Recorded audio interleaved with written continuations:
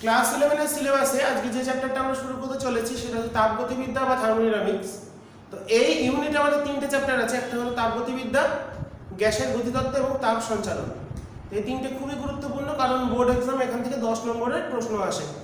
ঠিক আছে, তো যাই হোক, আমরা এখানে কি কি পড়বো সেগুলো বুঝে নেব। তো তাপগতিবিদ্যা মানে তাপবিজ্ঞানের একটা শাখা, যেখানে তাপ শক্তি, তাপের প্রবাহ এবং যান্ত্রিক শক্তির সম্পর্কে আমরা আলোচনা করি। তাহলে এখানে কি তাপগতিবিদ্যা কি?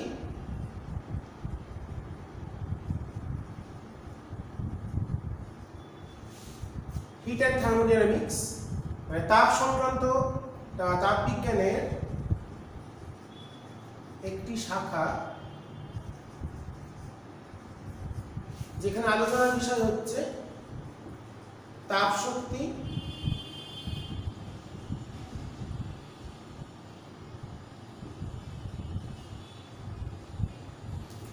তাপ প্রবাহ ও যান্ত্রিক শক্তি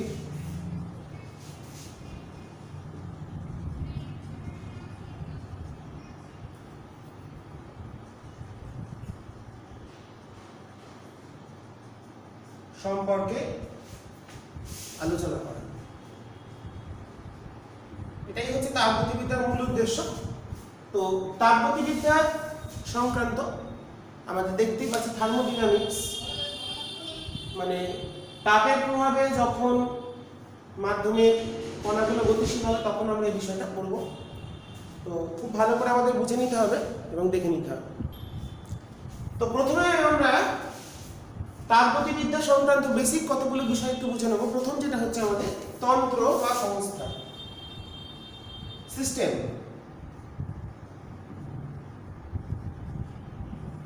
তন্ত্র বা সংস্থা কি, ধরো আমরা যখন প্র্যাকটিক্যাল করি তখন আমরা সবসময় একটা জিনিসের উপর পয়েন্ট অফ ভিউ থাকে। ধরো তোমাদের একটা প্র্যাকটিক্যাল দিয়েছে, কিছু একটা মেজারমেন্ট করতে দিয়েছে, তো তোমাদের সেই অবজেক্ট বা বস্তু বা পদার্থটার হচ্ছে তোমাদের পর্যবেক্ষণের বিষয়বস্তু। তো তাপগতিবিদ্যায় যে বিষয় বা বস্তু বা পদার্থ হলো আমাদের পর্যবেক্ষণের বিষয়, সেটাকেই বলা হচ্ছে তাপগতীয় তন্ত্র বা সিস্টেম। তাহলে এক কথায় বলতে গেলে তন্ত্র বা সিস্টেম হলো পর্যবেক্ষণের জন্য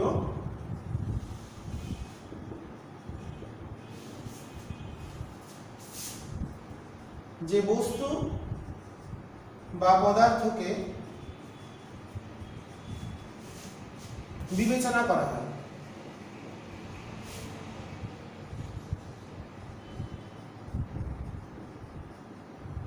তাকেই বলা হচ্ছে সিস্টেম। বা তার যেমন ধর একটা কোনো আবদ্ধ পাত্রে তোমরা কিছু পরিমাণ গ্যাস রেখে দিয়েছো, দিয়ে তার দেখছো আয়তন পরিবর্তন করে দেখে চাপের কি পরিবর্তন হচ্ছে, উষ্ণতার কি পরিবর্তন হচ্ছে, যেটা পয়েন্ট অফ ভিউ, আমাদের পয়েন্ট অফ অবজারভেশন, যেটার উপরেই আমাদের সবসময় নজর থাকবে, সেটাকে বলা হচ্ছে সিস্টেম। এবার এই তন্ত্রকে আমরা তিনটে ভাগে ভাগ করি। একটা হচ্ছে বিচ্ছিন্ন বা আইসোলেটেড, যেখানে শক্তি ও পদার্থ, দেখো একটা কথা বলে দিই, যেটা সিস্টেম, যদি আমাদের ধরো এটা একটা সিস্টেম হয়, বা সংস্থা হয়, যেটার উপর আমাদের নজর সেটা হলো সংস্থা। তার আশেপাশে যে বিষয়গুলো থাকবে পরিপার্শ্ব, সেই বিষয়টাকে বলা হচ্ছে সারাউন্ডিং বা পরিপার্শ্ব। তাহলে এটা হলো সিস্টেম, আর বাইরের পারিপার্শ্বিক যত জিনিস আছে তাকে বলা হচ্ছে পরিপার্শ্ব। সিস্টেম আর সারাউন্ডিং বা সংস্থার পরিপার্শ্ব। তাহলে যে সিস্টেমের ক্ষেত্রে বা যে তন্ত্রের ক্ষেত্রে সিস্টেম থেকে সারাউন্ডিং এ বা সারাউন্ডিং থেকে সিস্টেমে শক্তি এবং পদার্থের কোনোটি আদান প্রদান হবে না,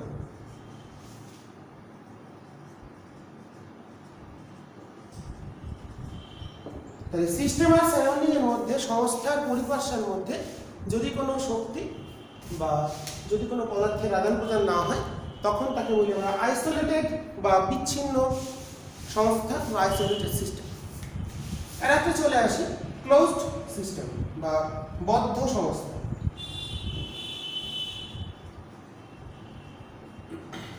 যেখানে শক্তির আদান প্রদান হলেও কিন্তু পদার্থ বা বস্তুর আদান প্রদান হবে না। মানে ধরো হিট এনার্জি এক্সচেঞ্জ হবে না, ভরের আদান প্রদান হবে না সিস্টেম সারাউন্ডিং এর মধ্যে, তাকে আমরা বলছি বদ্ধ বা ক্লোজড সিস্টেম। তাহলে আইসোলেটেড সিস্টেম আর ক্লোজ সিস্টেমের ডিফারেন্সটা কি? আইসোলেটেড সিস্টেমের ক্ষেত্রে শক্তি পদার্থ কোনোটাই আদান প্রদান হবে না, কিন্তু ক্লোজ সিস্টেমের ক্ষেত্রে শক্তি আদান প্রদান হলেও পদার্থের কোনো আদান প্রদান হবে না, ভর স্থানান্তর হবে না, তাপ শক্তি স্থানান্তর হবে না, কোনো কিছু স্থানান্তর হবে না। আর একটা চলে আসি লাস্ট, মুক্ত সংস্থা বা ওপেন সিস্টেম। ওপেন মানে সবকিছু মুক্ত, তার মানে শক্তি ও পদার্থ সবকিছু আদান প্রদান হবে সংস্থা, লাস্টের লাইনটা এটা লিখে দিচ্ছি, ও পরিপার্শ্বের মধ্যে।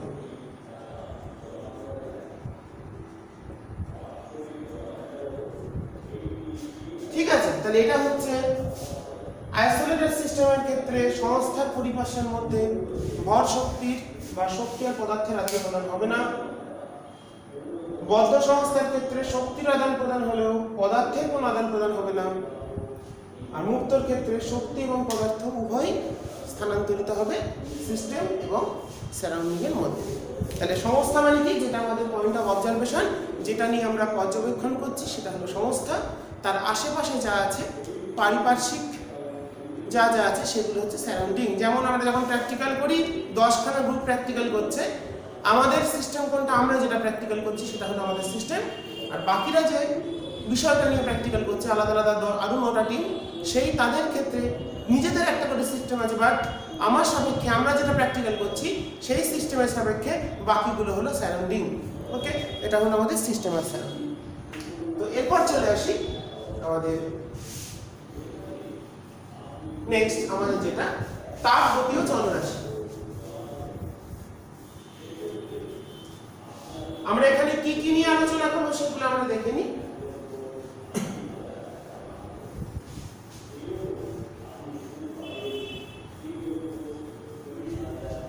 তাহলে সিস্টেম হলো, সংস্থা হলো, পরিপার্শ্ব হলো। এবার চলে আসি চলরাশি বা ভ্যারিয়েবল।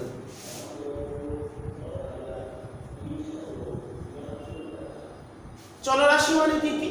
কোন সিস্টেমে আমরা যেগুলো মেজারমেন্ট করছি, যেমন ধরো প্রেসার,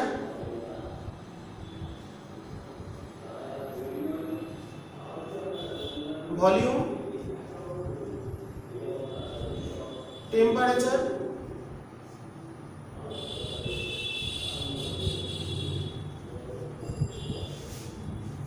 ওকে, ইন্টারনাল এনার্জি,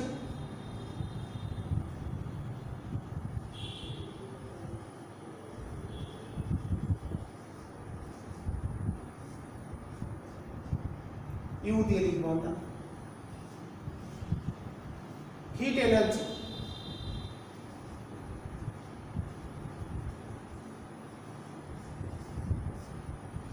এইগুলো হচ্ছে আমাদের মেজারমেন্ট। মানে কোন একটা সিস্টেমের ক্ষেত্রে বলো, ধর আমরা বললাম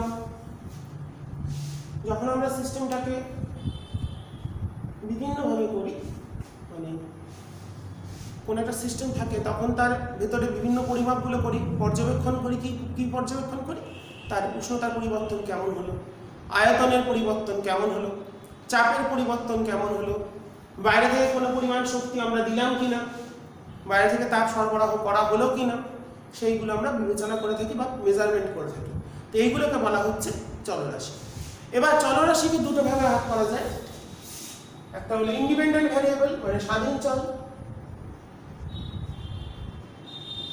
একটা পদাধীন চল। তাহলে চলরাশিকে দুটো ভাগে ভাগ করি, স্বাধীন চলরাশি, একটা পরাধীন চলরাশি। স্বাধীন চলরাশি কোনগুলো? ধরো আমরা যখন বয়লের সূত্র করি তখন উষ্ণতা স্থির রাখি, স্থির উষ্ণতায় চাপ আয়তনের পরিবর্তন দেখি। আবার যখন চার্লসের সূত্র করি স্থির চাপে করি, রেনল্ডস সূত্রের ক্ষেত্রে স্থির আয়তনে করি। তার মানে যেটাকে আমরা স্থির রাখবো সেটা কোনো কিছুর উপর নির্ভর করবে না, সেটাকে বলা হচ্ছে স্বাধীন চলরাশি। যে চলরাশিগুলো কোনো কিছুর উপর নির্ভর করে না সেগুলোকে বলা হচ্ছে স্বাধীন চলরাশি। যে সকল চলরাশি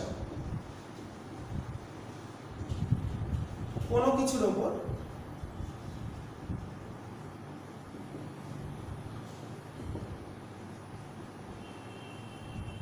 নির্ভর করে না তাদের স্বাধীন চলরাশি বলে। মোটামুটি যেটা কোনো পর্যবেক্ষণের সময় যে ভৌত রাশিটি বা যে ভ্যারিয়েবলটি চলরাশিটি কনস্ট্যান্ট থাকে সেটি স্বাধীন চলরাশি। পর্যবেক্ষণের সময়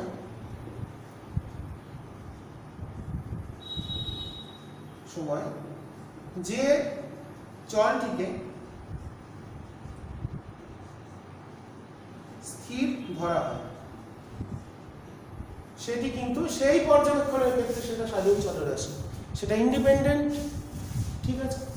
সিমিলারলি আবার যখন আমরা একটার উপর একটা নির্ভর করে, যেমন আমরা চাপ প্রয়োগ করছি আয়তন পরিবর্তন হয়, তাহলে ভলিউমটা ফাংশন অফ প্রেশার, সেখানে ভলিউমটা কার ফাংশন? প্রেশারের ফাংশন।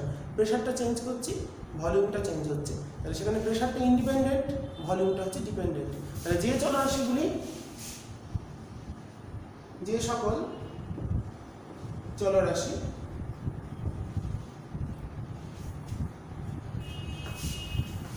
অপর চলরাশির উপর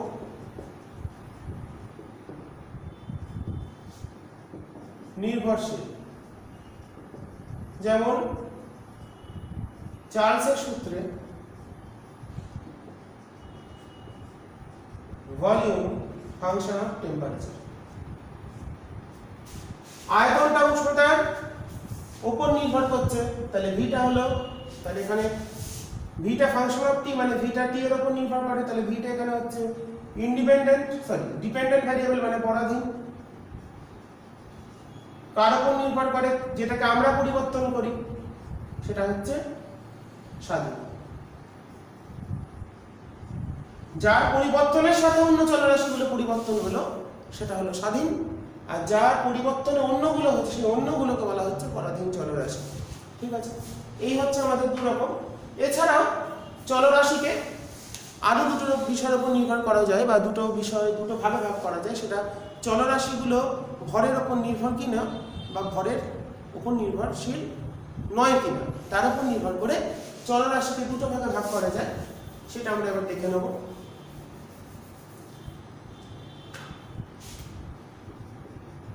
চলরাশি আরো দুটি ভাগ, সংকীর্ণ চলরাশি, একটা হচ্ছে ব্যাপক চলরাশি। সংকীর্ণ চলরাশি যেটা ভর নিরপেক্ষ,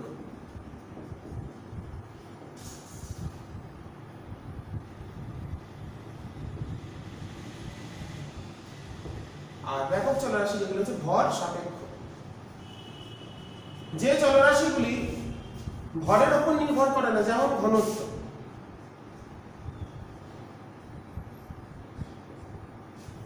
ঘনত্ব নির্ভর করে, ঘনত্ব সমান ভর বাই আয়তন। খুব এক্সাম্পল সহজ, ধর একটা পাত্রে, বড় পাত্রে কিছু পরিমাণ জল আছে, সুমিত সেখান থেকে কিছু পরিমাণ একটা ছোট পাত্র করে জল নিয়ে নিবে। দুটো পাত্রেই কিন্তু জলের ঘনত্ব সমান, কিন্তু দুটোতে কিন্তু জলের ভরটা আলাদা। তাহলে এখানে কিন্তু দেখতে পাচ্ছি জলের ঘনত্বটা, তরলের ঘনত্বটা কখনোই ভরের উপর নির্ভর করবে না। বড় পাত্র থেকে ছোট পাত্রতে আনতে গেলে ঘনত্ব সমান ভর বাই আয়তন, আয়তনটা কমছে, ভরটাও কমছে, রেশিওটা কনস্ট্যান্ট থাকছে, তাহলে ভর নিরপেক্ষ। সিমিলারলি ভর সাপেক্ষ কেমন বলা যায়? যে চলরাশিগুলো যেমন আমরা বলতে পারি আয়তন, কোন একটা বস্তু যদি ভর কমে যায়, ঘনত্ব সমান ভর বাই আয়তন বা আয়তন ইকুয়ালস টু ভর বাই ঘনত্ব, ঘনত্বটা তো ইন্ডিপেন্ডেন্ট, তাহলে আয়তন নির্ভর করে ভরের উপর, তাহলে ভর যদি কমে যায় তাহলে আয়তন কমবে, ভর কমে গেলে আয়তন কমবে, মানে কম জায়গার মধ্যে সে এঁটে যাবে বা থাকতে পারবে। ঠিক আছে, তাহলে দুটো আমি এক্সাম্পল দিলে, এছাড়া অসংখ্য এক্সাম্পল আছে তোমরা পড়বে।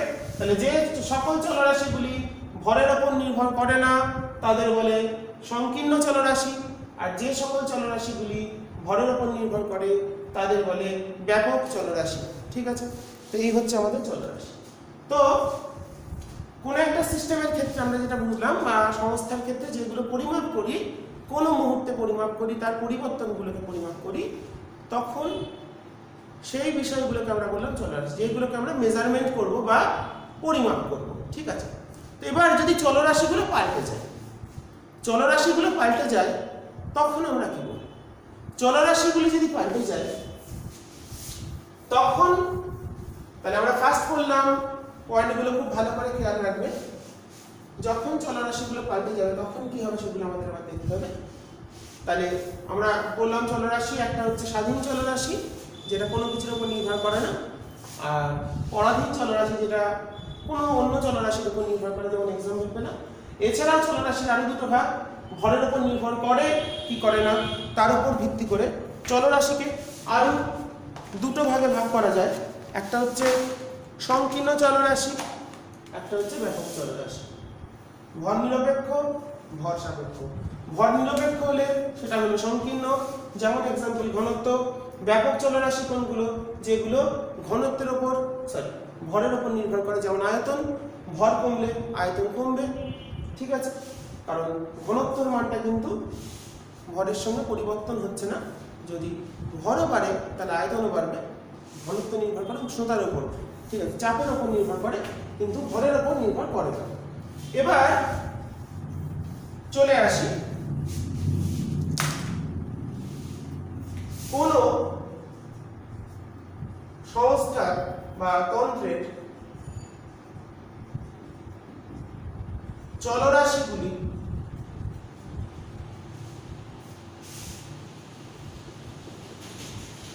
পরিবর্তন হলে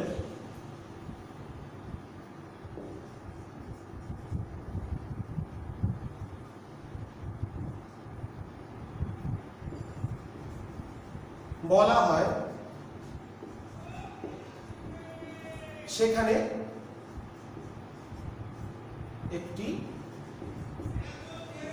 প্রসেস চলছে, প্রসেস বা পদ্ধতি, প্রক্রিয়া, প্রসেস বা প্রক্রিয়া চলছে। ঠিক আছে, তাহলে কখন বলা হবে কোন একটা তন্ত্রের প্রসেস বা প্রক্রিয়া? মানে কি, ধরো একটা সিস্টেম আছে, কোন মুহূর্তে কোন সিস্টেমের চলরাশিগুলো কিন্তু নির্দিষ্ট, পরের মুহূর্তে চলরাশিগুলো যদি পরিবর্তন হয়ে যায় তাহলে বলবো সেখানে কোন একটা নিশ্চয়ই প্রসেস হয়েছে। তাহলে ফার্স্ট আমরা দেখলাম, আমি পয়েন্টগুলো একবার তোমাদের মনে করিয়ে দিই। তাহলে প্রথম হলো আমাদের পরপর মনে রাখার জন্য, ফার্স্ট হচ্ছে 1 নম্বর বললাম সংস্থা বা তন্ত্র। 2 নম্বর হচ্ছে সংস্থার বাইরে যারা আছে তারা হলো পরিপার্শ্ব। সংস্থার কি কি পরিমাপ করে থাকি, যেগুলোকে পরিমাপ করি তারা হলো চলরাশি। সংস্থার যে বিষয়গুলোকে আমরা পর্যবেক্ষণ করি তারা হলো চলরাশি। চলরাশি যদি পরিবর্তন হয়, চলরাশির পরিবর্তন হচ্ছে মানে সেখানে একটা পদ্ধতি চলছে, তার মানে সিস্টেমটা একটা পদ্ধতি বা প্রক্রিয়ার মধ্যে দিয়ে যাচ্ছে। ওকে, এবার যখন নির্দিষ্ট মুহূর্তে কোন তন্ত্রের চলরাশিগুলো নির্দিষ্ট থাকে তখন সেই বা তখন তাকে বলা হয়, সেই সংস্থা বা তন্ত্রের হলো একটা স্টেট বা অবস্থা। তাহলে প্রসেস বুঝতে পারলাম। তাহলে যখন কোন সিস্টেম মানে সংস্থার চলরাশিগুলি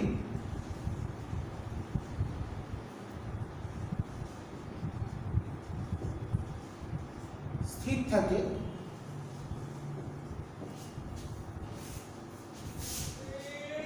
তখন বলা হয় তখন বলা হয় সিস্টেমটি একটি স্টেট বা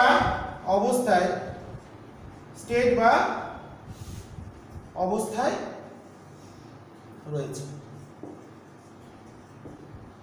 মানে কখন আমরা বলবো কোন একটা সিস্টেম কোন একটা স্টেট বা অবস্থায় রয়েছে, যখন তার চলরাশিগুলোর পরিবর্তন হবে না। তার মানে কোন একটা সিস্টেম বললাম, ধরো কোন একটা কিছু একটা পাত্রে আমরা, যেমন একটা উদাহরণ দিই, ধরো একটা পাত্রে আমরা কিছু পরিমাণ গ্যাসকে আবদ্ধ রেখেছি পিস্টনের সাহায্যে।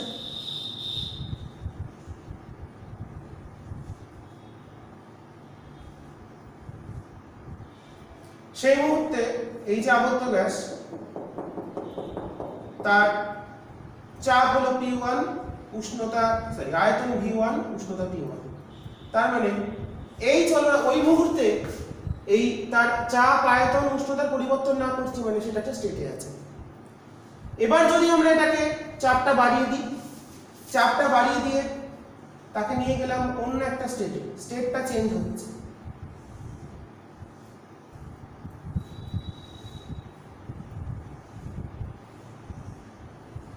সে একটা অন্যরকম অবস্থায় চলে গেছে, কারণ তার ভ্যারিয়েবল গুলো, স্টেট ভ্যারিয়েবল বা অবস্থার অপেক্ষক বা চলরাশিগুলো পরিবর্তন হয়ে গেছে। তাহলে প্রথমে ছিল P1 V1 T1, সেখান থেকে বললাম আমরা P2 V2 T2 হয়ে গেছে। দেখা যাচ্ছে ঠিকঠাক? তাহলে আমরা দেখতে পাচ্ছি প্রথমে এটা একটা স্টেটে ছিল, কারণ এই মুহূর্তে তার ভ্যারিয়েবল গুলো কি P1 V1 T1। পরের মুহূর্তে তার ভ্যারিয়েবল গুলো, তাহলে এটা হচ্ছে একটা স্টেটে আছে, তাহলে স্টেট 1 এ ছিল, সেখান থেকে অন্য স্টেটে চলে গেছে। কারণ কখন তাহলে স্টেট চেঞ্জ হবে, অবস্থার কখন পরিবর্তন হবে, যখন তার স্টেট ভ্যারিয়েবল গুলো বা চলরাশিগুলো বা স্টেট ভ্যারিয়েবল বা অবস্থার অপেক্ষকগুলো পরিবর্তন হয়ে যাবে, তাহলে সে চলে গেছে স্টেট 2 তে। খুব ফান্ডামেন্টাল। তার মানে স্টেট চেঞ্জ হচ্ছে মানে কি, সেখানে যদি তন্ত্রের চলরাশিগুলি পরিবর্তন হয়, মানে চলরাশিগুলো পাল্টেছে, তার মানে স্টেট চেঞ্জ হতে গেলে তাহলে করতে হবে প্রসেস। তার মানে আমরা বুঝতে পারলাম অবস্থার পরিবর্তন ঘটে কিসের সাহায্যে? প্রক্রিয়ার সাহায্যে।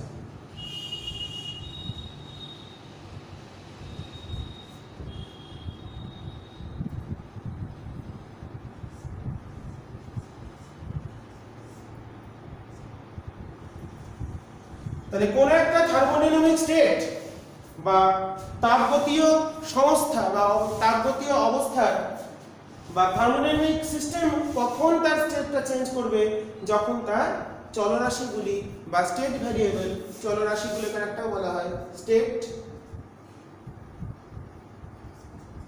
ভ্যারিয়েবল বা অবস্থার অপেক্ষক।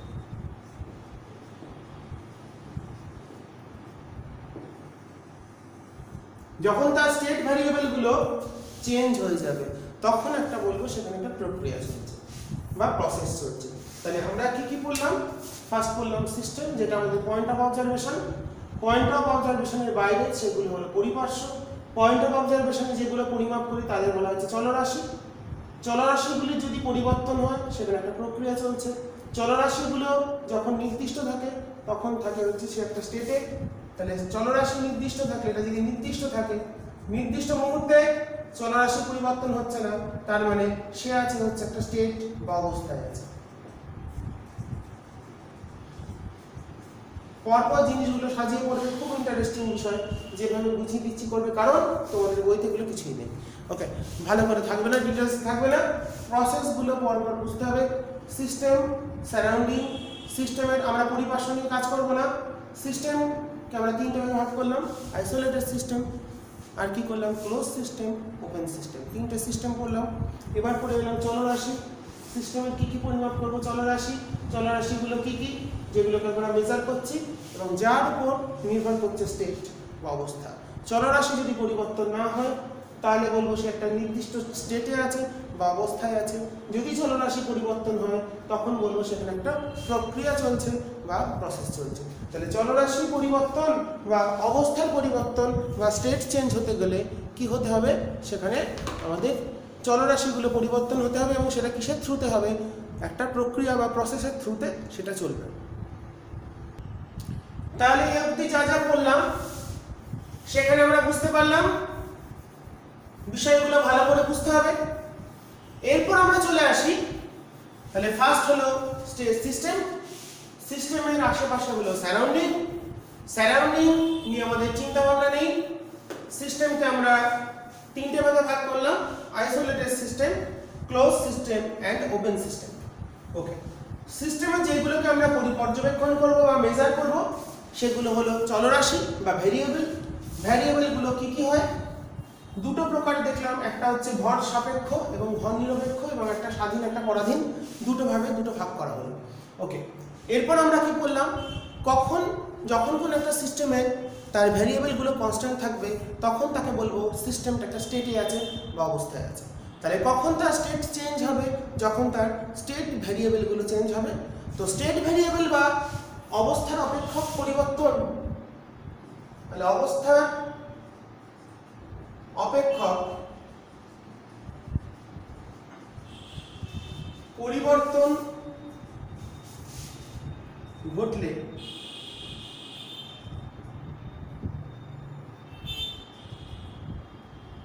তখন তাকে বলে প্রক্রিয়া বা প্রসেস।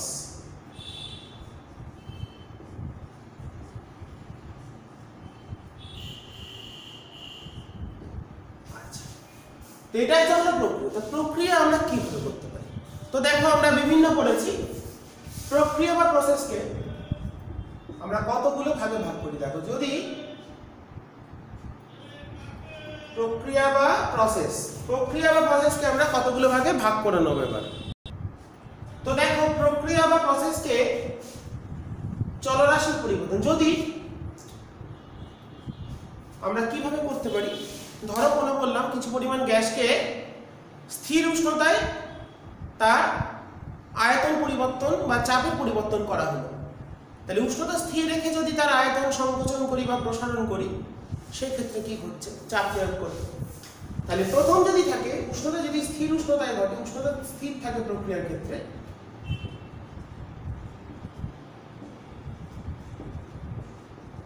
উষ্ণতা স্থির রেখে যদি আমরা প্রক্রিয়া করি মানে চলরাশিগুলো পরিবর্তন করি, যখন উষ্ণতা স্থির মানে টি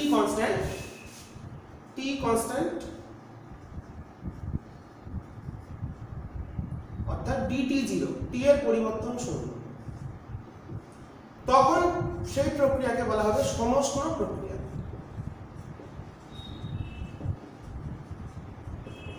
তাহলে তাপগতীয় যে প্রক্রিয়ায় সিস্টেমের টেম্পারেচারের পরিবর্তন হয় না সেই প্রক্রিয়াকে বলা হচ্ছে সমষ্ণ প্রক্রিয়া। আর মনে রাখতে হবে এই প্রক্রিয়ায় ইন্টারনাল এনার্জি বা আভ্যন্তরীণ শক্তিও স্থির। কেন স্থির একটু পরে বুঝতে পারবে। ইউ হলো আভ্যন্তরীণ শক্তি, অর্থাৎ এই ক্ষেত্রে ডিইউ 0। তাহলে যে তাপগতীয় প্রক্রিয়ায় সিস্টেমের আভ্যন্তরীণ শক্তি এবং উষ্ণতা উভয় স্থির থাকে সেই প্রক্রিয়াকে বলা হয় সমষ্ণ প্রক্রিয়া। সেকেন্ড, যদি চাপ স্থির রাখি, চাপ স্থির থাকলে তাহলে এটা হলো আইসোথার্মাল প্রসেস। চাপ স্থির থাকলে পি কনস্ট্যান্ট, তার মানে প্রেসারের চেঞ্জ ডিপি শূন্য, তখন সেই প্রক্রিয়াকে বলা হচ্ছে সমচাপ প্রক্রিয়া।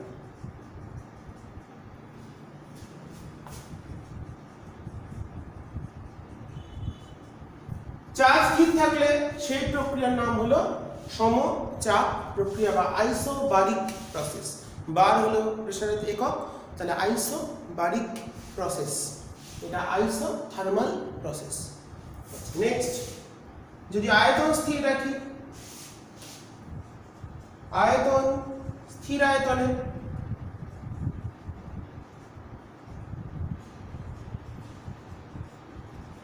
ভি কনস্ট্যান্ট, তার মানে dv0 আয়তনের পরিবর্তন শূন্য। আমরা কি কি প্রক্রিয়া হতে পারে তখন সেটা হচ্ছে সমায়তন প্রক্রিয়া।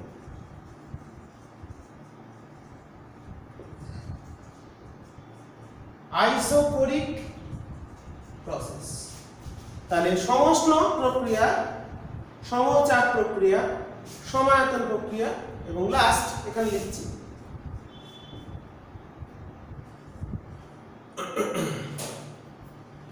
তাপ শক্তি স্থির।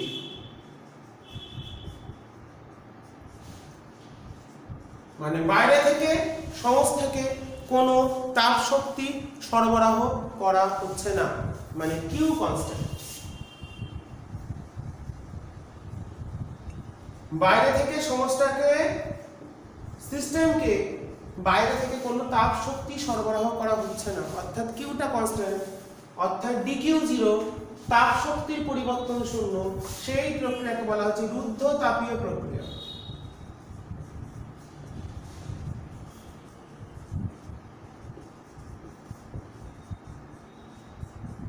তাহলে কোন প্রক্রিয়ার ক্ষেত্রে কি কনস্ট্যান্ট সেটা আমরা বুঝতে পারলাম। তাপ শক্তি স্থির হলো রুদ্ধতাপীয় প্রক্রিয়া, স্থির উষ্ণতা হলো সমষ্ণ প্রক্রিয়া, স্থির চাপ হলো সমচাপ প্রক্রিয়া এবং স্থির আয়তন হলো সমায়তনীয় বা সমায়তন প্রক্রিয়া। ওকে, তো এই চারটে প্রক্রিয়া আমাদের ভালো করে বুঝতে হবে। সবচেয়ে গুরুত্বপূর্ণ যে দুটো সেটা হচ্ছে ফার্স্টেরটা আর লাস্টেরটা, সমষ্ণ প্রক্রিয়া, রুদ্ধতাপ প্রক্রিয়া। এই দুটো আমরা আগেও পড়েছি, সেগুলো আবার পড়ব। আগে পড়েছি মানে ওই যখন আমরা স্থিতিস্থাপকতা পড়িয়েছিলাম সেটা পড়েছিলাম সমষ্ণ প্রক্রিয়ায় আয়তন বিকৃতি গুণাঙ্কের মান চাপের সমান, আর রুদ্ধতাপীয় প্রক্রিয়ায় আয়তন বিকৃতি গুণাঙ্কের মান চাপ ইনটু গামা, গামা পি সমান, গামা গুণ বেশি হয়, এটা দেখেছিলাম। তো এই চারটে প্রক্রিয়া, তাহলে প্রক্রিয়া কখন, তাহলে ফার্স্ট ক্ষেত্রে উষ্ণতা স্থির রেখে বাকি চলরাশিগুলো পরিবর্তন হবে, সমচাপের ক্ষেত্রে চাপ স্থির রেখে বাকি চলরাশিগুলো পরিবর্তন হবে, সমায়তনের ক্ষেত্রে আয়তন স্থির রেখে বাকিগুলো পরিবর্তন হবে এবং তাপ শক্তি স্থির রেখে রুদ্ধতাপীয় প্রক্রিয়ায় বাকি চলরাশিগুলো পরিবর্তন হবে। উষ্ণতা পরিবর্তন হবে, চাপ পরিবর্তন হবে, আয়তন পরিবর্তন হবে, কিন্তু সিস্টেম থেকে সারাউন্ডিং এ বা সারাউন্ডিং থেকে সিস্টেমে কোনো হিট এনার্জি এক্সচেঞ্জ হবে না, তাপের আদান প্রদান হবে না। মানে যে পাত্রে আমরা করব প্রক্রিয়াটা সেটা অবশ্যই তাপের কুপরিবাহী হতে হবে। ঠিক আছে, তাপকে আটকে রাখা, বেরোতে না দেওয়া বা বাইরে থেকে কোনো হিট এনার্জি এক্সচেঞ্জ হবে না। তো এই প্রক্রিয়াটা হতে হবে অবশ্যই আমাদের একটা কোনো ইনসুলেটেড বা অন্তরক বা কুপরিবাহী পদার্থের তৈরি পাত্রের মধ্যে।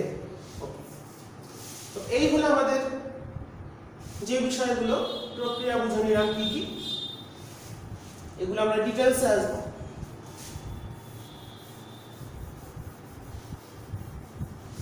এরপর চলে আসি সূচক চিত্র বা ইন্ডিকেটর ডায়াগ্রাম।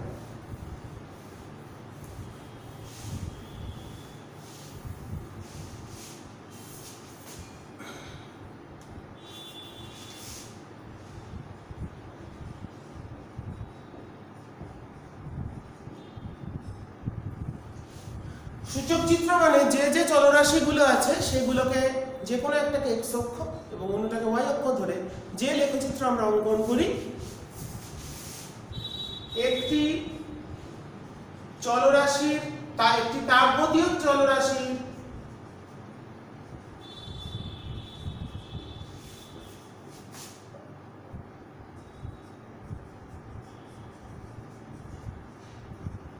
পরিবর্তনের সাথে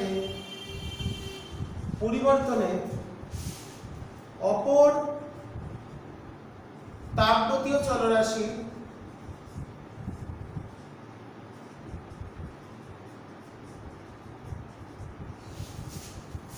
পরিবর্তনের লেখচিত্রকে বলা হয় সূচক চিত্র বা ইন্ডিকেটর ডায়াগ্রাম। তোমরা সবাই কম বেশি এসছো, যেমন চার্লসের সূত্র গ্রাফ এঁকেছো, বয়েলের সূত্র গ্রাফ এঁকেছো। তো যেমন প্রেসার ভলিউম আমরা গ্রাফটা একটা আঁকি, এরকম একটা পরিবর্তন হচ্ছে, বয়েলের সূত্রই হোক বা যে কোনোই হোক না কেন, এটার করসপন্ডিং ছিল P1। এটা সবচেয়ে গুরুত্বপূর্ণ ইন্ডিকেটর ডায়াগ্রাম পিভি ডায়াগ্রাম। তো এই পিভি লেখচিত্র, এটা একটা হচ্ছে সমস্ত প্রক্রিয়ার সূচক চিত্র বলতে পারি, পিভি সূচক চিত্র।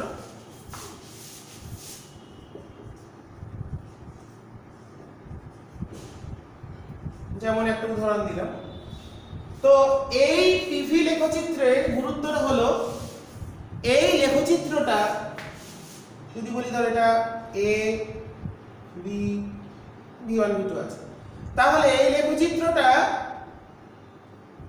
আমরা ইনিশিয়াল ছিলাম এতে, this is initial point and this is final point.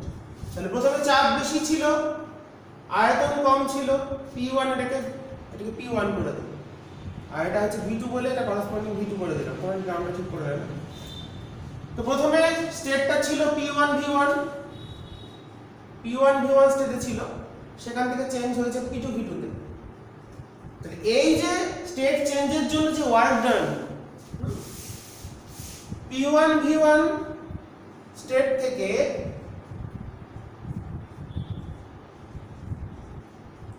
P2 V2 স্টেটে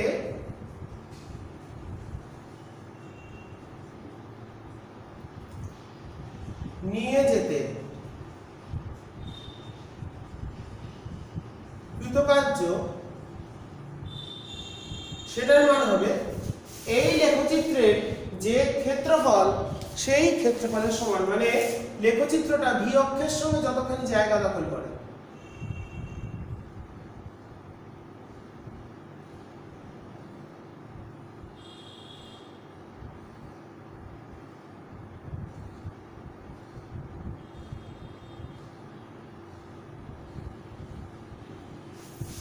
কৃতকার্য সমান কি হবে?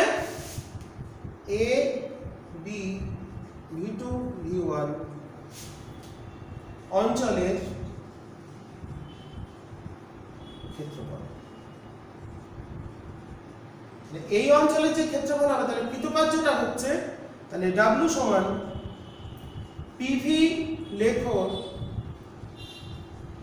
V অক্ষের সাথে সীমাবদ্ধ অংশের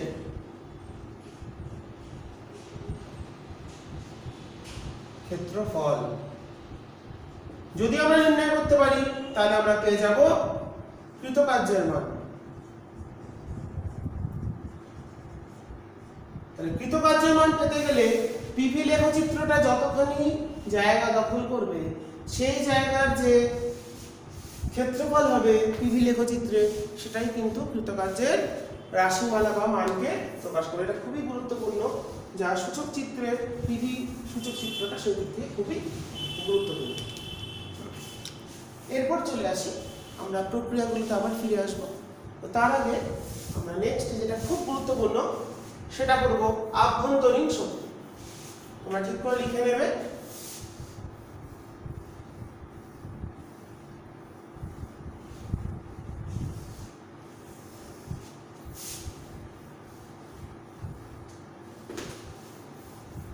Next হচ্ছে internal energy of the system, of the thermodynamic system. খুব গুরুত্বপূর্ণ। দেখা যায় কোন একটা তাপগতীয় সংস্থাকে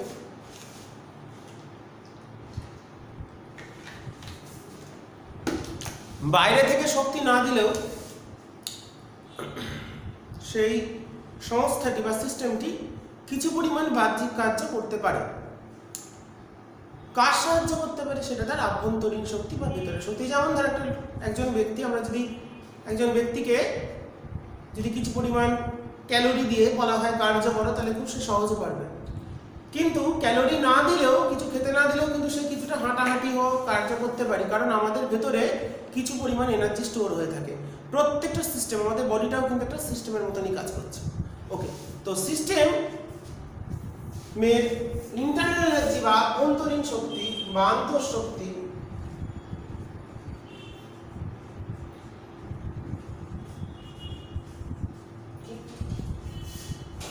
কোন তাপগতীয়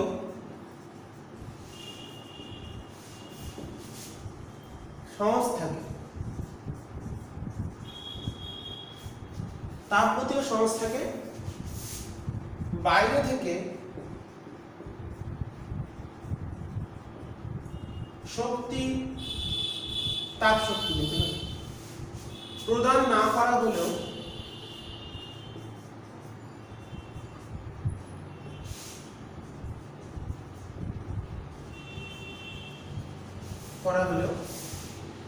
সিস্টেমটি, সংস্থাটি লিখি, সংস্থাটি কিছু পরিমাণ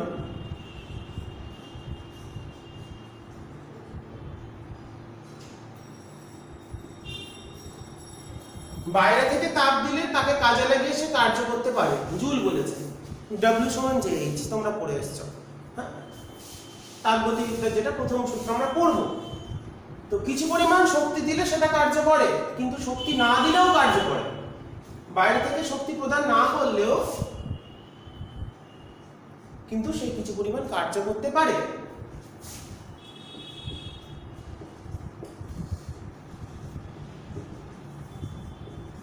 ঠিক আছে, কার্য করতে পারে যার সাহায্যে এই কার্য করতে সংস্থাটি বা তন্ত্রটি সক্ষম, সেটি হলো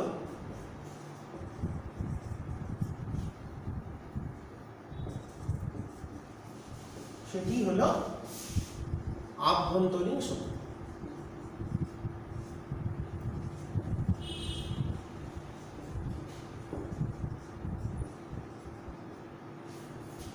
যার সাহায্যে কার্যটা করতে পারবে বাইরে থেকে কোনো শক্তি গ্রহণ না করে, যে কার্যটা করতে পারছে, যার জন্য করতে পারছে, সেটি হলো internal energy of the system. Kinetic theory অনুসারে, গ্যাসের গতিতত্ত্ব অনুসারে আভ্যন্তরীণ শক্তি হলো গ্যাস অণুগুলির গতিশক্তি আর স্থিতিশক্তির সমষ্টি। এটা মনে রাখতে হবে, গ্যাসের গতীয় তত্ত্ব অনুসারে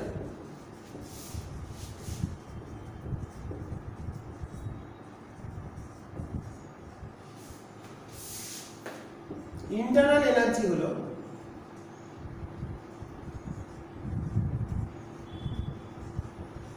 সমান গ্যাসের kinetic energy plus potential energy. গ্যাসের গতিশক্তি আর স্থিতিশক্তির যে সমষ্টি তাপগতিবিদ্যায়, সেটাই হলো গ্যাসের বা সিস্টেমের আভ্যন্তরীণ শক্তি। এবার গতিতত্ত্ব অনুসারে গ্যাসের মোট যে যান্ত্রিক শক্তি, that is the mechanical energy of the gas molecule, only function of temperature, এটাকেই বলা হচ্ছে। সুতরাং এখান থেকে আমরা বুঝতে পারছি গ্যাসের মোট শক্তি বা মোট যান্ত্রিক শক্তি শুধুমাত্র উষ্ণতার উপরেই নির্ভর করে, অন্য কোনো কিছুর উপর করবে না। যখন আমরা কাইনেটিক থিওরি পড়ব তখন দেখতে পাবো energy per degree of freedom per molecule equals to E equals to half FKT। এটাকে বলা হয় স্বাধীনতার মাত্রা, ডিগ্রিজ অফ ফ্রিডম, এটা Boltzmann constant into T temperature. তো এখানে energy only function of temperature. তাহলে গ্যাসের মোট যান্ত্রিক শক্তি বা তাপগতীয় সংস্থার আভ্যন্তরীণ শক্তি, internal energy U, only function of temperature. আভ্যন্তরীণ শক্তি কখন পরিবর্তন হয়? যখন তার সিস্টেমের উষ্ণতার পরিবর্তন হবে।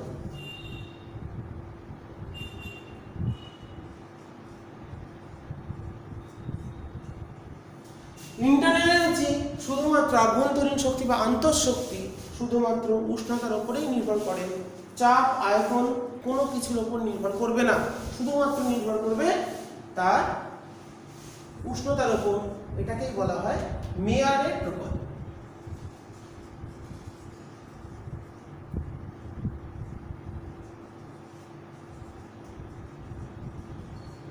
তাহলে যখন কোনো একটা সিস্টেমকে বাইরে থেকে শক্তি দেবো না, তার মধ্যে যে তার গ্যাসীয় অণুগুলির গতিশক্তি এবং স্থিতিশক্তি বা মোট যান্ত্রিক শক্তি আছে, সেটাই স্টোর হয়ে আছে তার মধ্যে আন্তঃশক্তি বা ইন্টারনাল এনার্জি বা আভ্যন্তরীণ শক্তি।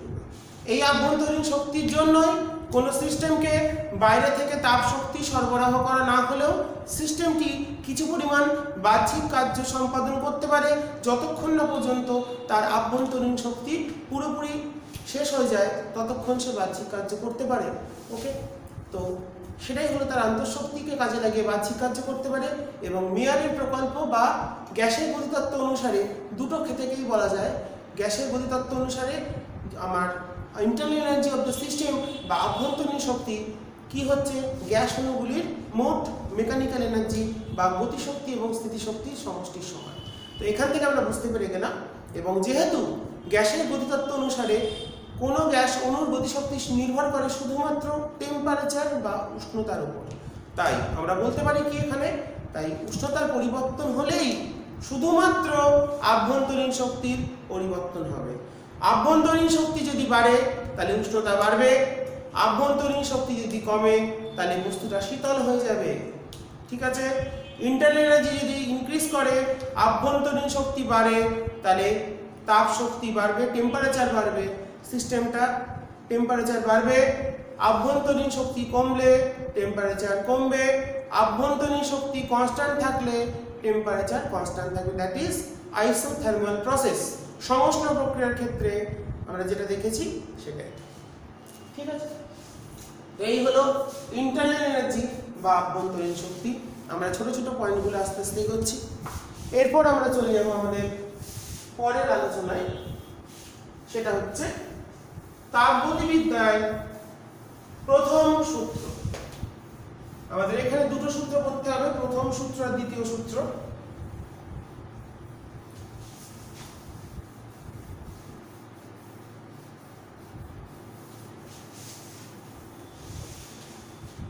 First law of thermodynamics.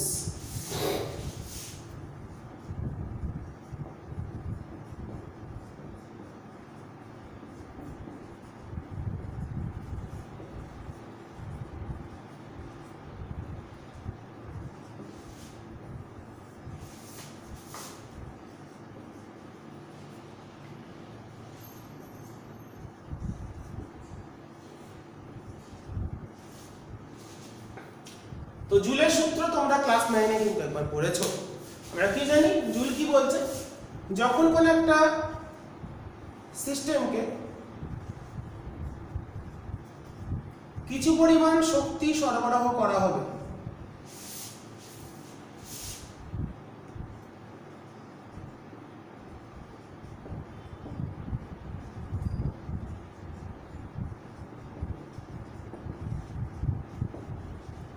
কিছু পরিমাণ শক্তি সরবরাহ করা হবে, তখন এই সংস্থা বা সিস্টেমটি তার সমতুল্য পরিমাণ বাহ্যিক কার্য সম্পাদন করবে।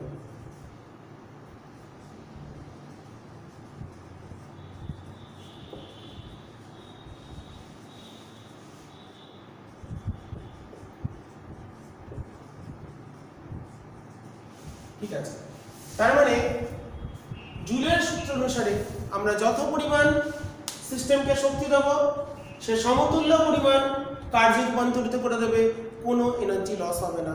এই কারণে যতটা শক্তি দেবো সেটা totally converting to work done, external work done. যতক্ষণই applied energy is totally converting to external work done. এবং সমতুল্য মানে কৃতকার্যটা এই শক্তি থেকে যত সমতুল্য পরিমাণ কার্য পাওয়া সম্ভব সেই পরিমাণ কার্যই আমরা রেডিয়ান পাবো। অর্থাৎ এখানে শক্তি ক্ষয়, এই সূত্র অনুসারে শক্তি ক্ষয়ের মান 0। এই কারণে তাপগতিবিদ্যার প্রথম সূত্র আর এক নাম হলো শক্তির সংরক্ষণ সূত্র।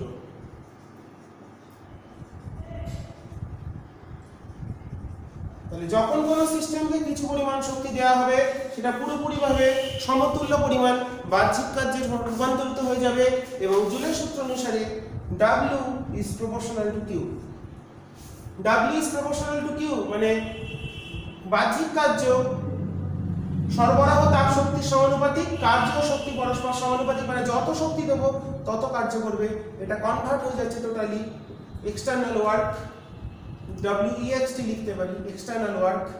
ওকে, এবং এখান থেকে যে কনস্ট্যান্ট দ্যাট ইজ JQ। তোমরা ছোটবেলায় পড়েছো W = JH, এখানে আমি লিখলাম JQ, একই ব্যাপার, আলাদা কিছু নয়। যেটাকে বলা হয় তাপের যান্ত্রিক তুল্যাঙ্ক।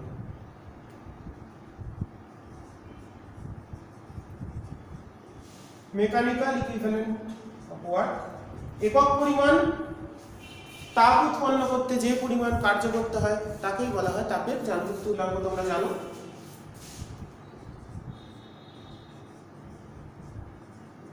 Z1 হচ্ছে 4.2 জুল পার ক্যালোরি বা 4.2 × 10⁷ আর পার ক্যালোরি।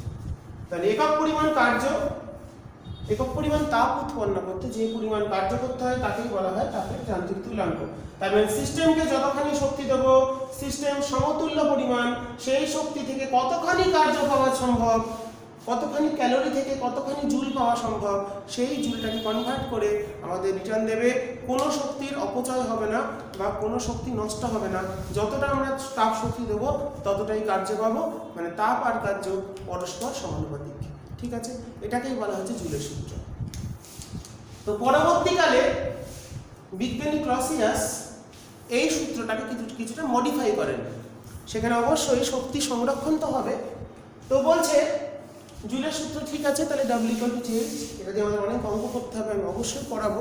তো তার আগে আমরা পড়ে নিই ক্লসিয়াসের সূত্র, যেটা তাপগতিবিদ্যার প্রথম সূত্র নামে পুরোপুরিভাবে প্রচলিত। তো জুলের সূত্রটা প্রথম সূত্র, কিন্তু এটাকে মডিফাই করেছিলেন, পরিবর্তিত রূপ বা ওটাকে কিছুটা মডিফাইড ফর্ম দিয়েছিলেন হচ্ছে ক্লসিয়াস। তো ক্লসিয়াসের সূত্র কি বলছে তো এটা তোমরা ঠিক করে লিখে নেবে। আমি এরপর ক্লসিয়াসের সূত্রে চলে যাচ্ছি।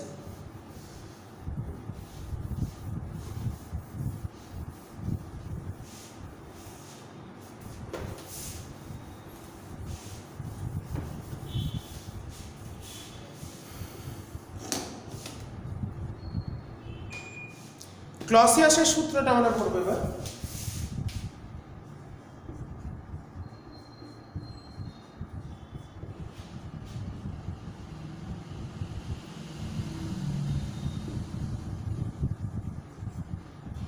যেটাই কিন্তু তাপগতিবিদ্যার প্রথম সূত্র নামে পুরোপুরিভাবে প্রচলিত, যেটা জুলের সূত্রকে মডিফাই করবে। জুল কি বলেছিলেন? একটা সিস্টেমকে যদি কিছু পরিমাণ শক্তি দিই তো সিস্টেমটা সেটাকে সম্পূর্ণভাবে বাহ্যিক কার্যে রূপান্তরিত করতে। তো ক্লসিয়াস বললেন কখনোই সেটা হবে না, একদম সহজ, কখনোই সেটা হবে না। কি হবে? সিস্টেমকে আমরা যখন কিছু পরিমাণ এনার্জি দেবো সেই সিস্টেম সেই গৃহীত শক্তিটাকে দুটো ভাগে ভাগ করে দেবে। ওকে, তাহলে কিছু পরিমাণ শক্তি দিলাম, কিউ দিলাম, সিস্টেম কি করলো? সেই শক্তিটাকে দুটো ভাগে ভাগ করলো। এক নম্বর কি, সে নিজের জন্য কিছুটা রেখে দিল তার আভ্যন্তরীণ কার্যকলাপ সম্পন্ন করার জন্য, দ্যাট ইজ ইন্টারনাল এনার্জি বা আভ্যন্তরীণ শক্তি রূপে সঞ্চিত করলো। তাহলে যে শক্তি দিলাম 10 ইউনিট শক্তি দিয়েছি 10 একক, তার মধ্যে সিস্টেম নিজের জন্য রেখে দিল 3 ইউনিট, 3 একক রেখে দিল, পড়ে থাকলো 7 একক। সেই 7 একক শক্তিটাই বাহ্যিক কার্য সম্পাদন করবে। তার মানে যখন কোনো সিস্টেমকে, যখন কোনো সংস্থাকে কিছু পরিমাণ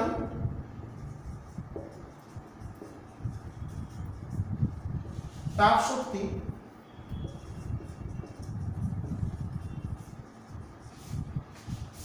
সরবরাহ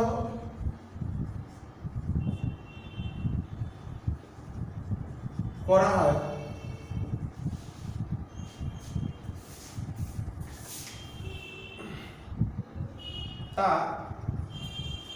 তার একটি অংশ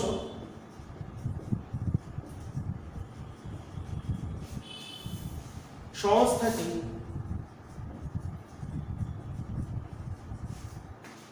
আভ্যন্তরীণ শক্তিরূপে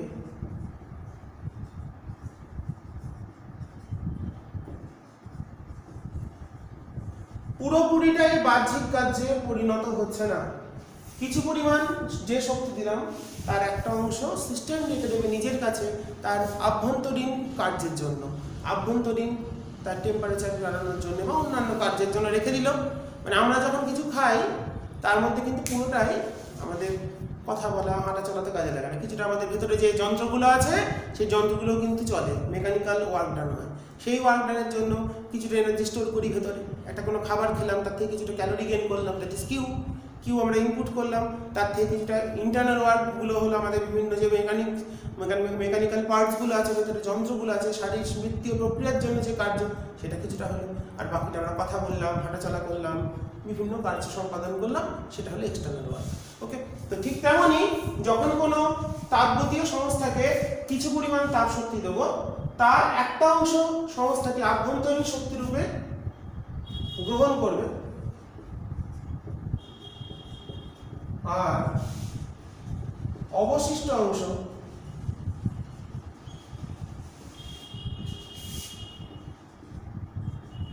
যেটা এক্সট্রা থাকলো বাহ্যিক কার্য সম্পাদন করবে।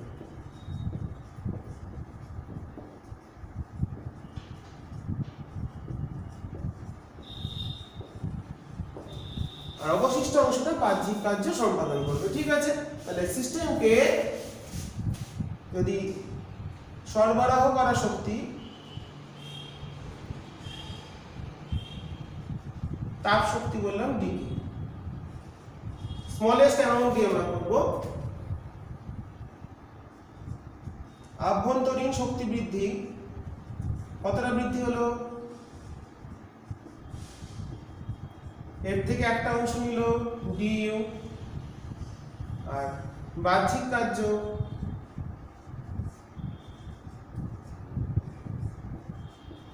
হলো ডি ডাব্লিউ। তাপগতিবিদ্যার সূত্র অনুসারে যে পরিমাণ শক্তি দিলাম এটা সেটা দুটো ভাগ হয়ে গেছে, এটা একটা। তার মানে ফার্স্ট ল অফ থার্মোডাইনামিক্স অনুসারে dq equals to du plus dw। এটাই হলো তাপগতিবিদ্যার প্রথম সূত্রের প্রকৃত রূপ।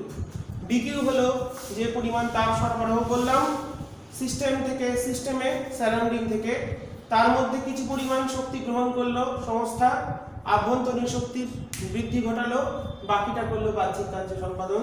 তাহলে dq equals to du plus dw, মানে যতটা শক্তি দেবো তার একটা অংশ সিস্টেম গ্রহণ করবে আভ্যন্তরীণ শক্তিকে বৃদ্ধি করতে, বাকি অংশের সাহায্যে সে বাহ্যিক কার্য সম্পাদন করবে। এই হচ্ছে ক্লসিয়াসের পরিবর্তিত রূপ। যদিও এখানে কিন্তু শক্তি সংরক্ষণ করছে, যত ক্যালোরি দেবো তার একটা পার্ট স্টোর হলো ইন্টারনাল এনার্জি, লস হলো না, বাকিটা হলো বাহ্যিক কার্য। এখানে 10 দিই, তাহলে এখানে 4 একক নিল আভ্যন্তরীণ শক্তি, তাহলে 6 একক নেবে বাহ্যিক কার্য করতে। তাহলে এখানে কিন্তু কোনো এনার্জি লসের কথা বলা হলো না। তাহলে এই হচ্ছে আমাদের তাপগতিবিদ্যার ক্লসিয়াসের যে সূত্র বা প্রথম সূত্র যেটা, সেটা হলো এটা। এরপর আমরা দেখে নেব তাপগতীয় প্রক্রিয়ায় যে বাহ্যিক কার্যগুলো সম্পাদন হয় সেই বাহ্যিক কার্যগুলো বিভিন্নভাবে হতে পারে।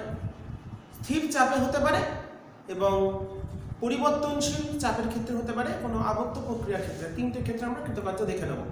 ঠিক আছে, প্রথম 1 নম্বর, স্থির চাপে গ্যাসের প্রসারণে খুব ইম্পর্টেন্ট সূত্রগুলো কি সেগুলো আমরা বুঝে নেব।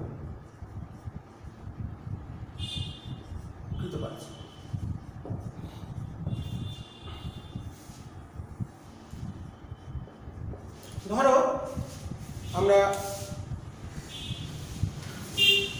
একটা পিস্টনের সাহায্যে কিছু পরিমাণ গ্যাসকে আবদ্ধ রেখেছি একটা পাত্রে।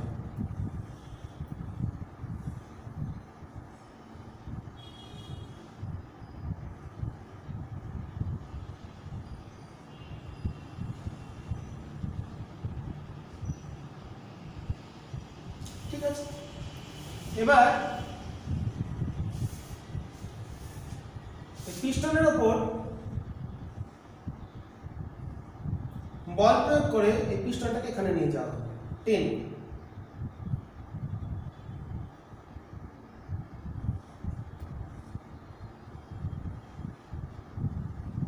প্রথমে এখানে ছিল এ বি অবস্থানে ছিল, আমরা এ প্রাইম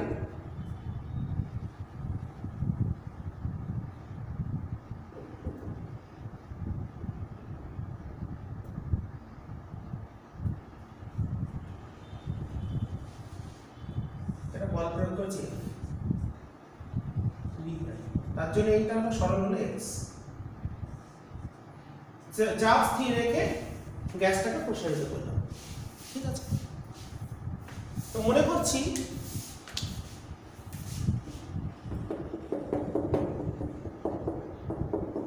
তাহলে প্রসারণের আগে গ্যাসের আয়তন ছিল এটা, এখন হচ্ছে পুরোটা। তো প্রসারণের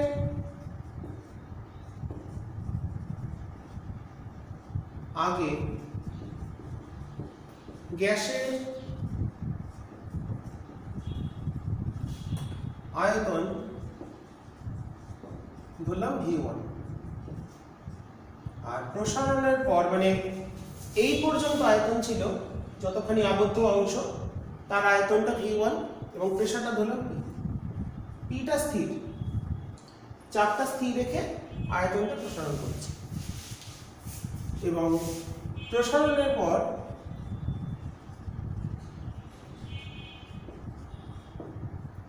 গ্যাসের আয়তন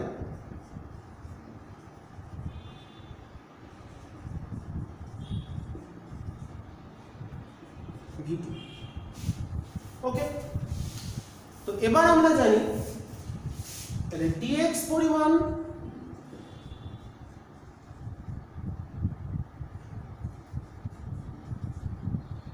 পিস্টনের সরণের জন্য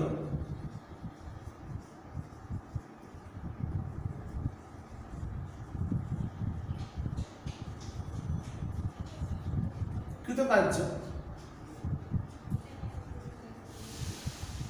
মানে dx না ধরে dx x পরিমাণ লিখলেও হতো, ধরলাম বিটা। কৃতকার্য মানে কি? বল ইনটু সরণ। কৃতকার্য মানে বল ইনটু সরণ।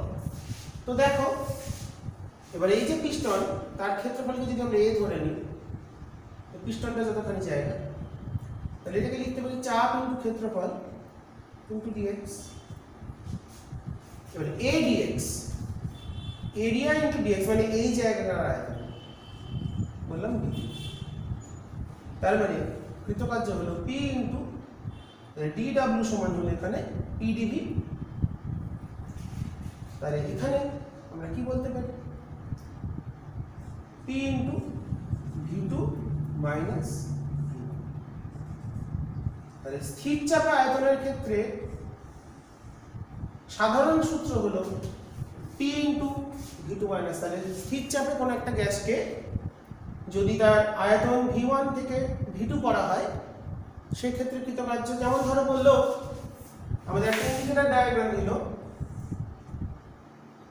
এরকম একটা,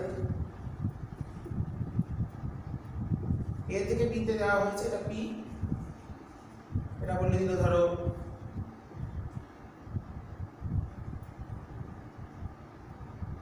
এটা v। দেখা যাচ্ছে ঠিকঠাক? মানে ঠিকঠাক, হ্যাঁ একদম পরিষ্কার দেখা যাচ্ছে। ধরো বলে দিল এটা 1, এটা বলে দিল 4, এটা বললো সিসি তে। আর প্রেসারটা বলে দিল, এটা বলে ধরো 10 ডাইন পার সেন্টিমিটার স্কয়ার। 10 ডাইন পার সেন্টিমিটার স্কয়ার স্থির চাপে একটা গ্যাসের আয়তন 1 সিসি থেকে 4 সিসি করা হয়েছে, জাস্ট এক্সাম্পল। তাহলে এই ক্ষেত্রে কৃতকার্য কত হবে?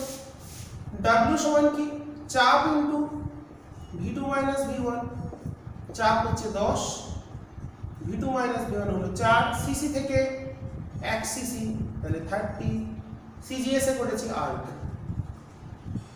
আবার এরকম করতে পারি, এই যে আমরা কি শিখেছি পিভি লেখচিত্রের ক্ষেত্রফল যত হবে তাহলে এর যে এরিয়াটা হবে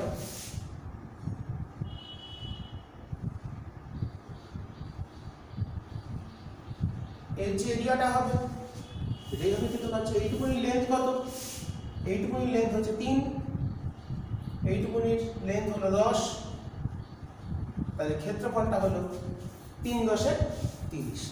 তাহলে চাপ স্থির রেখে যদি আয়তনের পরিবর্তন করা হয়, ছবিটা ক্লিয়ার আসছে তো সবাইকার কাছে আশা করি? হ্যাঁ, সেই ক্ষেত্রে চাপ স্থির রেখে যদি আয়তনের পরিবর্তন করা হয় সেক্ষেত্রে কৃতকার্যটা হলো P into V2 minus V1, এবং সেখান থেকে একটা প্রবলেমও দেখলাম কিভাবে আমরা বুঝতে পারি। এরপর যদি পরিবর্তনশীল চাপের ক্ষেত্রে হয়, 2 নম্বর তোমরা ঠিক করে নেবে, মুছে দিলাম এটা। তাহলে dW সমান ক্ষুদ্র পরিবর্তনের জন্য PdV। তাহলে এটা যদি হয় পরিবর্তনশীল চাপের ক্ষেত্রে, যদি বলি 2 নম্বর পরিবর্তনশীল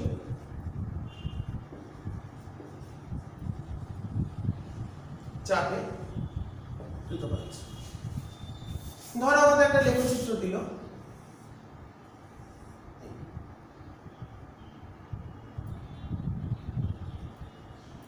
এটা আয়তন বলেছে V1, এটা বলেছে V2, ইন্ডিকেটর ডায়াগ্রাম দিয়ে দিয়েছে এদিকে V এদিকে P।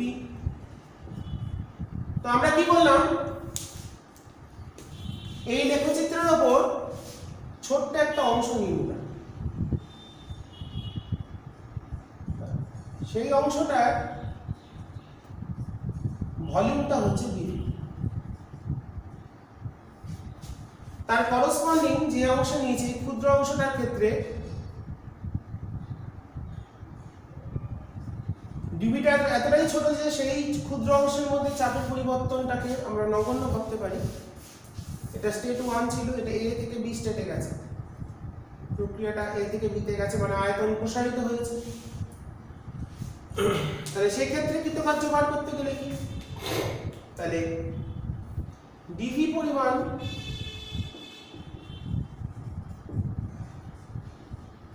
আয়তন প্রসারণে, dV পরিমাণ প্রসারণে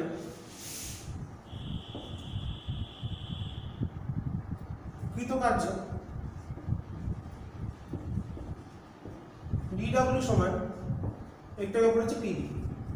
তাহলে আমাকে যদি আয়তন V1 থেকে V2 করতে হয়, সেক্ষেত্রে কার্য বার করতে হয়, তাহলে সেই ক্ষেত্রে কার্য হবে ইন্টিগ্রেশন V এর মানটা কত, V1 থেকে V2। অবশ্যই এই সম্পর্কে P ফাংশন অফ V, এই রিলেশন যেমন PV constant, PV square constant কিছু একটা বলে দেওয়া থাকবে, P সেই P এর মানটা এখানে বসিয়ে দিয়ে আমাদের হিসাব করতে হবে। সম্পর্কটি মানে চাপটা আয়তনের সাথে কিভাবে পরিবর্তিত হয় সম্পর্কটি অবশ্যই বলা থাকবে। যেমন যদি বললো ধরো P = K/V², এরকম একটা সম্পর্ক দিল, তখন গ্রাফটা এরকম দেখতে হবে না। P জাস্ট এক্সাম্পল, P টা K/V² এর সঙ্গে ভ্যারি করছে, given P = K/V²। তাহলে আয়তনটা V1 থেকে V2 করতে গেলে কৃতকার্য কত, তাহলে আমরা সেক্ষেত্রে কি বার করব, এই সম্পর্ক অনুসারে, এই সম্পর্ক অনুসারে চাপের পরিবর্তন ঘটছে।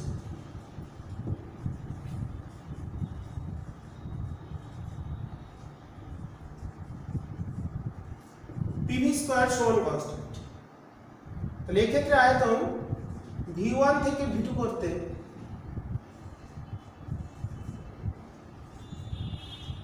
কার্য কত,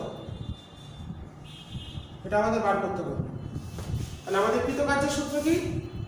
পরিবর্তনশীল চাপের ক্ষেত্রে দিস P ইন্টিগ্রেশন V1 থেকে V2 PD। তাহলে কৃতকার্যটা আমরা কি করে বার করব সেটা আমরা দেখে নিই। তোমরা ঠিক করে প্রশ্নটা লিখে নেবে। P = K/V² সম্পর্ক মেনে চলছে কোনো একটা গ্যাস, সে প্রসারণের ক্ষেত্রে চাপের পরিবর্তন এই সম্পর্ক মেনে চলে। তাহলে তার ক্ষেত্রে আমরা কিভাবে করব? তাহলে এই সম্পর্ক যদি কাজে লাগাই তাহলে সেই ক্ষেত্রে কৃতকার্য সমান ইন্টিগ্রেশন কত V1 থেকে V2 PdV। এবার P এর রিলেশনটা কত দিয়েছে, বসিয়ে দিলাম K/V² dV। K টা কনস্ট্যান্ট বাইরে থাকলো, ইন্টিগ্রেশন dV/V²। 1/V² এর করলে হয় -1/V V1 থেকে V2। 1/V² কে ইন্টিগ্রেট করলে হয় -1/V। তাহলে বসিয়ে দিলে কৃতকার্য চলে এলো K ইন্টু 1/V1 -1/V2।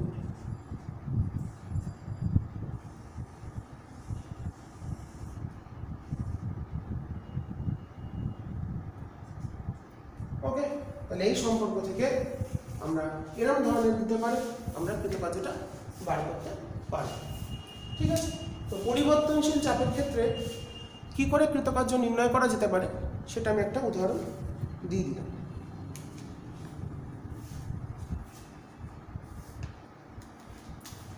এরপর চলে আসি আবর্ত প্রক্রিয়া ক্ষেত্রে, সাইক্লিক প্রসেসের ক্ষেত্রে কৃতকার্য।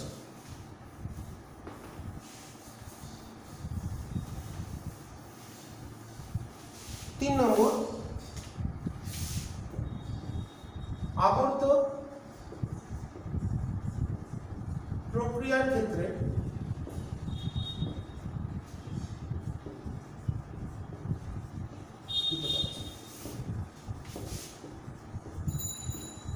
আবর্ত প্রক্রিয়া কি? কোন সিস্টেম কতগুলি প্রক্রিয়ার মধ্যে দিয়ে অতিক্রম করে আবার যদি সে প্রাথমিক অবস্থায় ফিরে আসে সেই প্রক্রিয়াকে বলা হয় সাইক্লিক প্রসেস। কোন সিস্টেম বা কোনো সংস্থা, তাপগতীয় সংস্থা কতগুলি প্রক্রিয়ার মধ্যে দিয়ে গিয়ে পরিশেষে আবার যদি প্রাথমিক অবস্থায় ফিরে আসে তখন সেই প্রক্রিয়াকে বলা হয় আবর্ত প্রক্রিয়া। তাহলে কোনো তাপগতীয় সংস্থা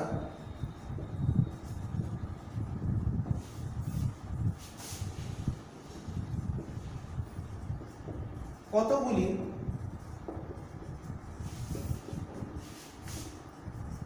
প্রক্রিয়ার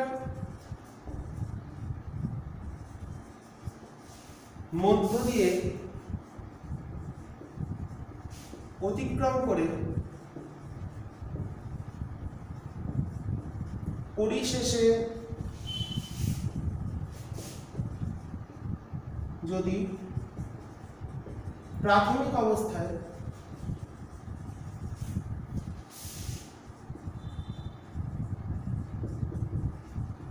ফিরে আসে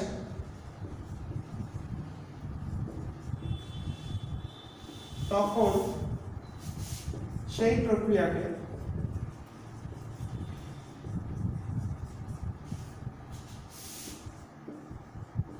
বলা হয়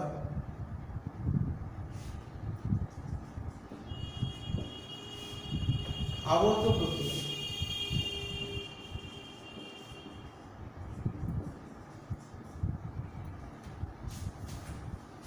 যেমন ধরো একটা সিস্টেম এ থেকে স্টার্ট করলো, বি তে গেল পি পাথ দিয়ে, আর বি থেকে ফিরে এলো এ তে কিউ পাথ দিয়ে। তাহলে এক্ষেত্রে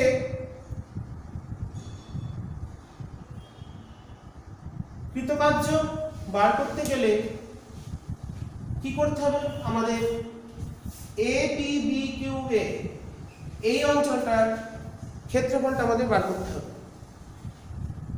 এক্ষেত্রে কৃতকার্য আমাদের বার করতে গেলে তাহলে কি এই যে অংশটা ক্ষেত্রফল যা হবে সেটাই হচ্ছে আবর্ত প্রক্রিয়ায় কৃতকার্য। আবর্ত প্রক্রিয়ায় কৃতকার্য সমান এ পি বি কিউ এ এর ক্ষেত্রফলের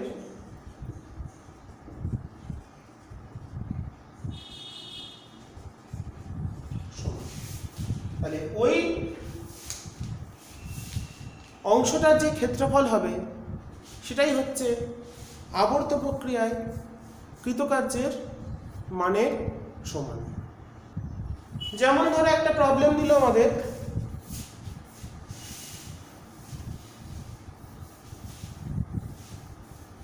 একটা উদাহরণ দেখাই তাহলে তোমরা ব্যাপারটা বুঝে যাবে। যেমন ধরো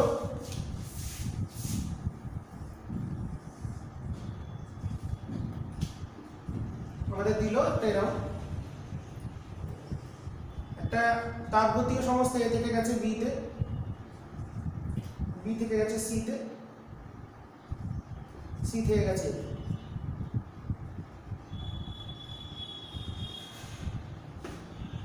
10 20 30 40 10 20 30 40 10 20 30 40 এটা দিয়েছে ধরো লিটারে, আর এদিকে দিয়েছে 1 2 3 4 এই প্রেসারটা দিয়েছে নিউটন পার মিটার স্কয়ার, এসআইটা দিয়েছে। তাহলে এই যে আবর্ত প্রক্রিয়া এ থেকে গেল বি, তাহলে এবিসি হলো একটা আবর্ত, তাহলে এখানে আমাদের কৃতকার্য মানে এইটা। তাহলে আমরা যদি ডাব্লিউ এবিটা বার করি,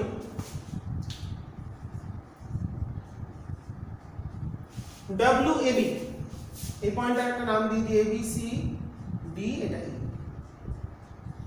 তাহলে ডাব্লিউ বি মানে এ বি ই ডি এর ক্ষেত্রফল,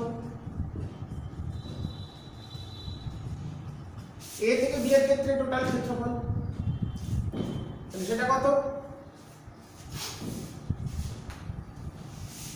এই অংশটার ক্ষেত্রফল আমাদের বার করতে হবে, মানে হচ্ছে ট্রাপিজিয়ামটার ক্ষেত্রফল এ বি ই ডি এই পুরোটার ক্ষেত্রফল কত হচ্ছে আমাদের? তাহলে সেটা হচ্ছে দেখো হাফ ইন্টু সমান্তরাল বাহুদ্বয়ের যোগফল ইন্টু লম্বদ্বয়। সমান্তরালটা কত কত হচ্ছে? এটা হচ্ছে 4, এটা হচ্ছে 2 ইন্টু দূরত্বটা কত? 10 থেকে মানে লিটার থেকে 1 লিটার মানে 1000 সিসি, সিসি থেকে মিটার কিউব মানে 10 to the power -3 metre cube. তার মানে ট্রাপিজিয়াম মানে A B E D A, এ লিখে দিই তাহলে ব্যাপারটা তোমরা বুঝে যাবে। আর হলো A B E D A, এই ট্রাপিজিয়ামের ক্ষেত্রফলটা হচ্ছে এ থেকে বি এর ক্ষেত্রফল কৃতকার্য। কারণ কি বলেছিলাম, যতখানি আয়তন অক্ষের সাথে যতটা এরিয়া হবে ওটা মার্ক করি তাহলে ব্যাপারটা হয়ে যাবে। এবি ডাব্লিউ এবি টা আমরা বলছি, ডাব্লিউ বি মানে টোটাল ক্ষেত্রফল, এটা খুব ভালো করে বুঝবে। তাহলে এইটা যে এরিয়াটা হবে সেটা হচ্ছে এ থেকে বি এর জন্য কার্য। তাহলে আমাদের এই লেন্থটা কত? এটা হলো 4, এটা হলো 2, তাহলে হাফ ইন্টু সমান্তরাল বাহুদ্বয়ের যোগফল ইন্টু লম্ব দূরত্ব, এটা 10 থেকে 40 মানে 30 ইন্টু 10 টু দি পাওয়ার -3, কেন? মিটার কিউব আছে, তাহলে এটা হচ্ছে আমাদের জুল। তাহলে 4 আর দিয়ে 6 3 3 তিরিখে 9 মানে 9 × 10⁻⁻² জুল। ওকে, 9 × 10⁻⁻² জুল। WBC কত হবে? WBC দেখো আয়তনটা কমে, তাহলে মাইনাস BCDE এর ক্ষেত্রফল। নেগেটিভ 1 কেন হলো? আয়তনটা সংকোচন হয়েছে, তাহলে সেটার ক্ষেত্রফল কতখানি?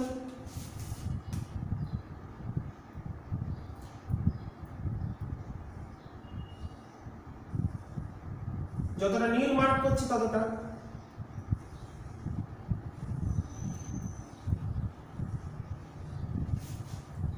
যতটা নীল মানে হচ্ছে BCDE এটার ক্ষেত্রফল।